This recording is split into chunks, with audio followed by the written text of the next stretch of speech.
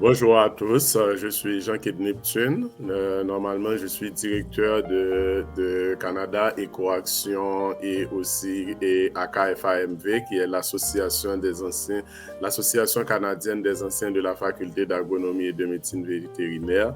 Et je suis assistant directeur à Sustainable Eastern Ontario, qui est un réseau d'organisations qui encourage la collaboration et la connexion entre les organisations qui travaillent dans le secteur du développement durable.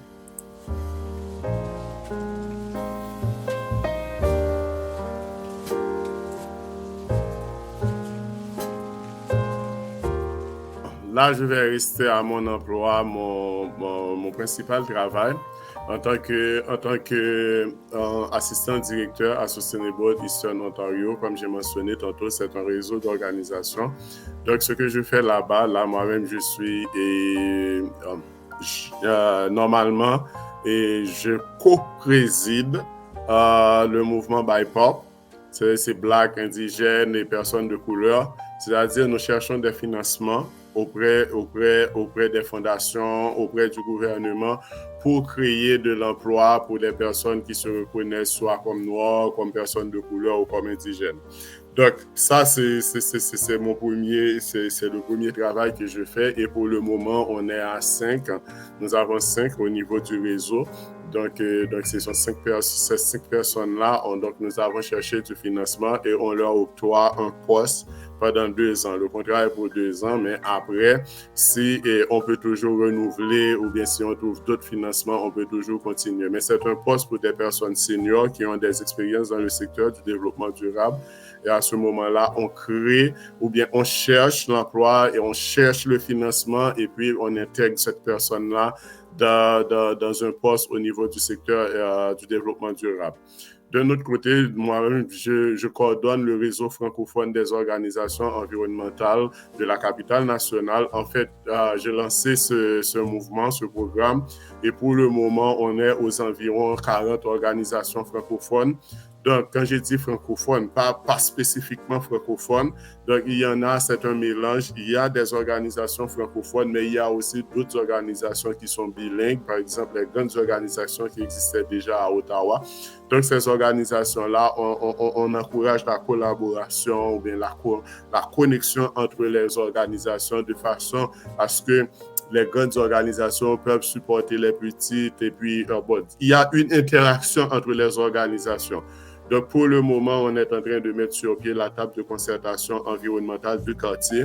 Donc, c'est pour faciliter la sensibilisation et l'engagement des francophones dans le secteur du développement durable. C'est parce qu'on a vu que les francophones sont gardés en dehors. Bon, pas sont gardés. Parce que normalement, on ne va pas rendre responsable un secteur ou un groupe. Le problème, c'est que les francophones déjà arrivés et pour la grande partie ou bien la grande majorité arrivés au Canada dépourvus ou bien moins nantis des notions sur le développement durable ou bien beaucoup plus sur les changements climatiques. Et une fois arrivé ici au Canada, ça donne à d'autres activités prioritaires comme en vue de s'adapter, par exemple, les besoins soit en termes de travail ou bien d'études, ou bien peut-être prendre soin de sa famille. Mais il y a d'autres priorités qui font que les questions sur les changements climatiques deviennent tertiaires. Pour ne même pas dire secondaire, je dois dire deviennent tertiaires. Et à ce moment-là, ces personnes-là ne s'inquiètent pas ou bien n'essaient pas d'intégrer les efforts que font le gouvernement les gouvernements en vue de s'adapter ou bien d'atténuer les effets des changements climatiques. Donc, nous autres, maintenant, nous avons lancé la table de concertation environnementale du quartier, c'était le 19 janvier dernier. Et là, pour le moment, nous allons lancer la première rencontre de la table de concertation environnementale du quartier. Donc, ça, à ce niveau-là, ce sont les deux activités, les principales activités que je mène au niveau de Sustainable Eastern Ontario. Mais au niveau de la KFAMV ou bien Canada Eco-Action, avec la KFAMV, comme j'avais dit tantôt, c'est l'Association canadienne des anciens de la faculté d'agronomie et de médecine vétérinaire. Donc, nous autres, ce qu'on fait, nous aidons la faculté d'agronomie, nous apportons notre support à tout point de vue. Non seulement la faculté, mais durant la COVID, nous avons eu un projet où on a financé des entreprises, des ateliers, je ne vais pas dire des entreprises vraiment, mais ce sont des ateliers dans la fabrication de masques afin de distribuer à la population. C'était au niveau de Saint-Marc et dans l'Artibonite d'Haïti, donc où on a produit des masques pour distribuer à la population. De même, après le tremblement de terre qui s'est produit dans le sud d'Haïti, nous avons développé un projet de parrainage où nous supportons des élèves. Pour le moment, nous avons presque 200 élèves que nous supportons en Haïti, dans la grandeur d'Haïti. On les aide à aller à l'école. Donc, pour le moment, au Canada, ce qu'on va faire à Ottawa, c'est qu'on va lancer cette année un grand projet de jardinage où on va accompagner des résidents dans la mise en place des potagers. Donc, pour nous, c'est dans la logique d'aller vers une ville verte. La ville verte, donc, on fait de l'agriculture dans les villes aussi. Donc, c'est pour ça que nous, on veut, en tant que des agronomes de profession, donc, nous allons accompagner la communauté dans la mise en place de jardins et de jardins maraîchers. Donc, ça, c'est avec AKFAMV. Du côté de Canada Eco-Action, ce qu'on fait, donc, nous, on fait la sensibilisation au niveau de la communauté noire francophone et au niveau des changements climatiques afin de les aider à avoir un comportement beaucoup plus responsable. Donc, on fait de la formation, on organise des ateliers de façon à mieux les sensibiliser et leur permettre vraiment de clencher le pas avec en vue d'atteindre les objectifs de la ville, soit de réduire de 50% les émissions de gaz à effet de serre d'ici 2030 ou d'atteindre le net zéro d'ici 2050. Donc, pour nous autres, nous sommes engagés vraiment dans une lutte afin de sensibiliser cette communauté-là. Et il faut dire que ce n'est pas trop facile, mais aussi pour certains, l'idée est bienvenue, mais d'autres, jusqu'à présent, ont fait... c'est une lutte afin vraiment de s'asseoir avec eux pour discuter sur les problèmes concernant les enjeux climatiques.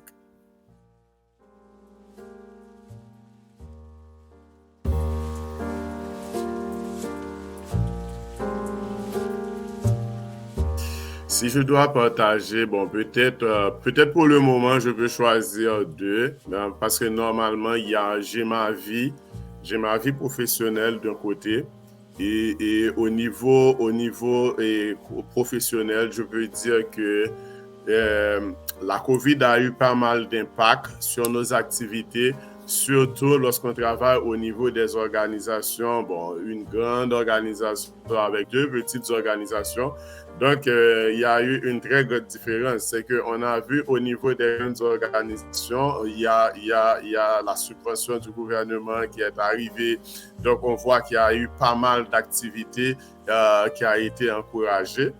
Par contre, du côté des petites organisations, c'était vraiment, il faut dire que ces organisations-là survivaient à peine, dans le sens où on était quasiment passé à 100% virtuel, où on organisait des activités, c'est un peu plus des activités au niveau de la santé mentale, pour pouvoir créer des activités, pour pouvoir garder les gens actifs pour les garder actifs et puis essayer au fur et à mesure de remonter leur morale dans le sens où, parce qu'on savait ce que faisait la COVID, les impacts de la COVID étaient réels.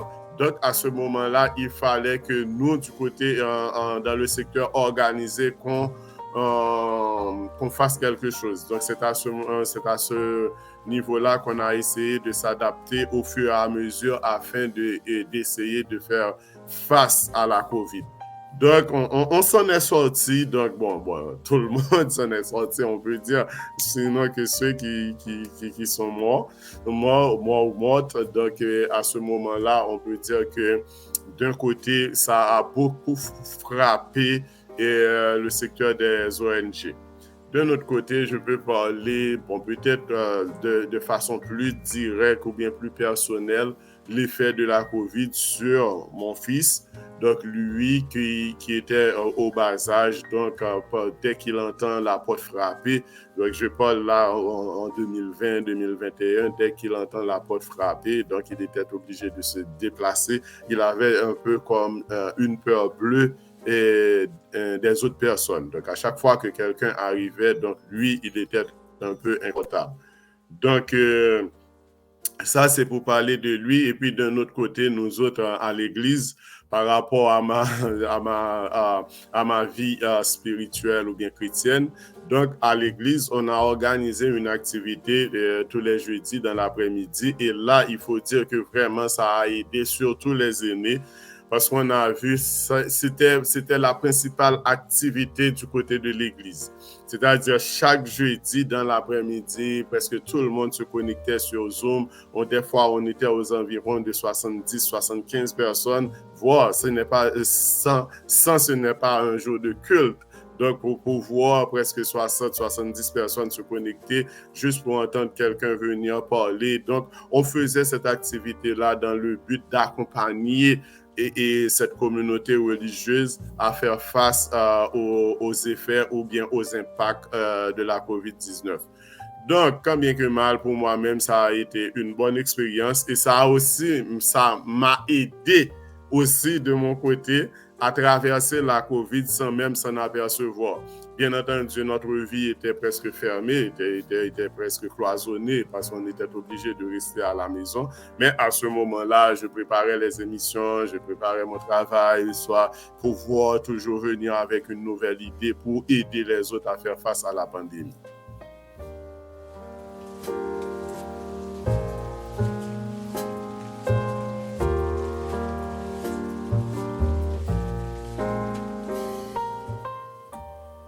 Bon, pour moi-même, la résilience, c'est la capacité qu'on détient, c'est la capacité qu'a une personne de faire face aux épreuves.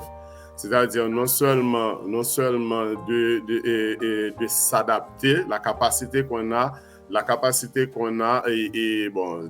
naturelle qu'on a de s'adapter aux phénomènes, aux effets ou bien aux catastrophes ou bien phénomènes extrêmes.